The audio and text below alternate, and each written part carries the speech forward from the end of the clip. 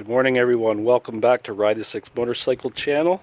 I'm recording this on Saturday of the May long weekend here in Ontario, Canada. This is my 2009 parts FZ6R that I picked up from the auction in Pittsburgh, Pennsylvania, and essentially imported it back across the border to repair my FZ6R after I crashed. But as you can see, this bike hasn't really been parted out at all. This bike is actually still intact, and I'm prepping this bike for the track this weekend. This is what I've done so far to get the bike ready. I've removed my front signals right there and there, and I've tied the wires up just kind of inside my stay bracket. I've also removed the whole rear, tail fender slash signal lights, everything, and the rear brake light as well. And I've taken all that wiring and just unplugged it, disconnected it. So we're not going to have any lights on the track. I've disconnected my horn right here. So I've taken that off the bracket down underneath there. A little bit of weight savings, maybe an extra 5 horsepower, who knows. And I just tied that wire up. Obviously I don't need the mirrors on the track, but unfortunately you still have to kind of secure the fairing through these rubber grommets where the bolts mount for the mirrors. So I've just got a couple tie wraps. I just went through the top hole and around each side. Same thing over here. But yeah, I've secretly been fixing this bike up behind the scenes, guys. I haven't showed you anything. I was supposed to do track a couple years ago. It is expensive. I didn't have all the gear, right? And times weren't great coming out of COVID, so it kind of got put to the side. But anyways, this weekend, we're taking this bike down to Cayuga, or I guess they call it Toronto, I don't even know what they call it, Toronto Motorsport Park or something now. It's always known as Cayuga. It'll always be known as Cayuga. They've got a drag strip and they've got a lapping track basically. So there it is, guys. Surprise, surprise. Some new content for you. The bike's in good shape. I didn't paint the calipers. Calipers were like this when I got it out of Pittsburgh. Fairings are original on this bike. Nose cab was a piece that I picked up in Toronto for about $100, give or take. Headlight I probably paid $150 maybe. But yeah, I got to tape this up anyways. No big deal. So that's one last prep piece I have to do. And yeah, so the only thing I haven't put in is this piece underneath to secure the fairings. Mainly because I ran out of bolts. Now I got lots of those pieces. I don't have the bolts for them. So overall the bike's not in bad shape. Chain could be better. I've lubed it and oiled it, but the chain is a little rusty. I would like to have the chain done maybe in the future. As far as tires go, we're going to be rocking a Dunlop Q3 on the rear. It's an older tire. Still has some tread on it. I'm not going to be going crazy on the track, so I trust the tire. And the interesting thing is, on the front, it's not a Dunlop, it's a Continental. This is the way the bike came to me, and I have not done tires on it yet. So I'm probably thinking after the first track day or second track day, we might put a set of actual track tires on this bike. Okay, let me go show you what I have for gear, guys. Stay tuned. Right, number one thing you need is a leather tracksuit. Now, you can do a two-piece, but it has to kind of zip the whole way around, I believe. And you can do one piece. Now, initially I was looking to get a two-piece. Problem is I couldn't find anything. So, this is my one-piece tracksuit. I picked this up at a pawn shop, guys. And I went into Toronto, picked this up. They had it listed for $300. One-piece suit, all the zippers work. I checked all the zippers. There's no rips, no tears anywhere in the jacket. It's in pretty good shape overall. And I picked this up for $280. So for $280 for my first tracksuit, I think that's a win. You can see the knee pucks, like the things are brand new. There's not a scuff on them. Oh, one little tiny scuff there. Like, I honestly think this suit was maybe used 1 or 2 times. So yeah, so there's the tracksuit. I did get a set of, I guess, men's running pants, tights, whatever you want to call them, to put underneath, just so it gives me a base layer between my skin and the suit, because these suits are quite heavy, and you can imagine it's probably going to be pretty hot on the track. So I've already planned ahead and just bought a base layer. The base layer, I went to Sport Check and picked it up. This is a Nike swoosh base layer. I think it costs you about $100. You could probably get other stuff probably for around 40-50 bucks. I just didn't have time to shop around.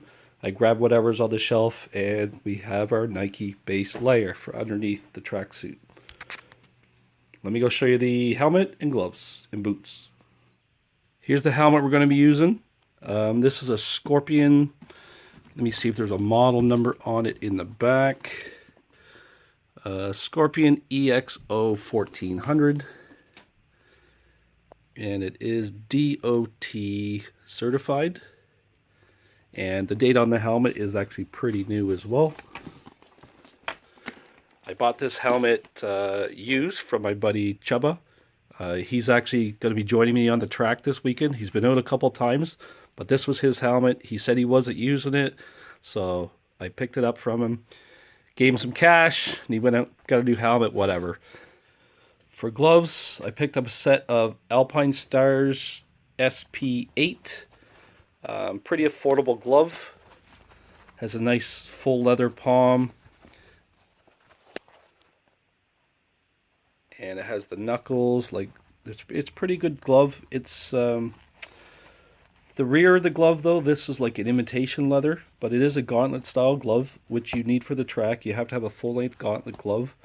Something like this, a little shorty like this, was what I used to ride with. Not sufficient for track, so if you have something like this and you're going to be tracking, plan to buy yourself a new set of gloves. Now, these didn't cost a lot of money, guys. I'm thinking maybe $60, $70, $80, somewhere there. I didn't want to spend 200 bucks yet on a set of gloves. And for the boots, we've opted for a set of RST Track Tech Evo 3. I picked these up at the motorcycle show back in, I'd say, February, March. Nice full boot. Not that it matters inside, but it's got a nice red inside. Very strong zippers. Velcro here to kind of secure it back. But overall, a pretty nice boot. I've worn them a couple times riding around, and like I say, it was tough to get the foot under the shifter, so I had to adjust my shifter up. We may do a little demo run today with all the gear, or I may just show up at the track tomorrow and put it all on. One last thing I forgot to mention, guys. On most of your FZ6Rs, you're going to have to adjust your lever, especially with racing boots. This lever is normally pretty low, and with a sneaker it's very easy to shift. I just put a sneaker down underneath and I pop it up. But what I found out is when I start putting the track boots on, it was very hard, and I had to dip my toe down under, and I don't really want to be doing it out on the track. So I actually raised up my shifter with basically the adjusting rods. You're going to loosen these 2 nuts off the bike here, there, and down in there, and you're just going to spin the rod. And as you spin the rod, you're going to see your shifter move up or down. So I've moved it up to make it easier to get my boot under the shifter.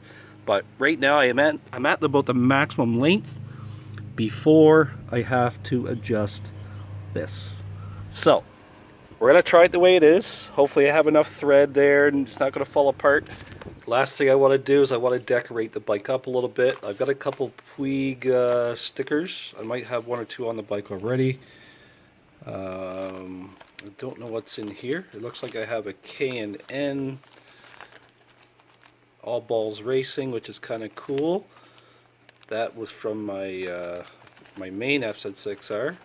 Looks like we have another Puig sticker and a couple Ven Hills. These are for the stainless steel brake lines, which I don't have on this bike yet.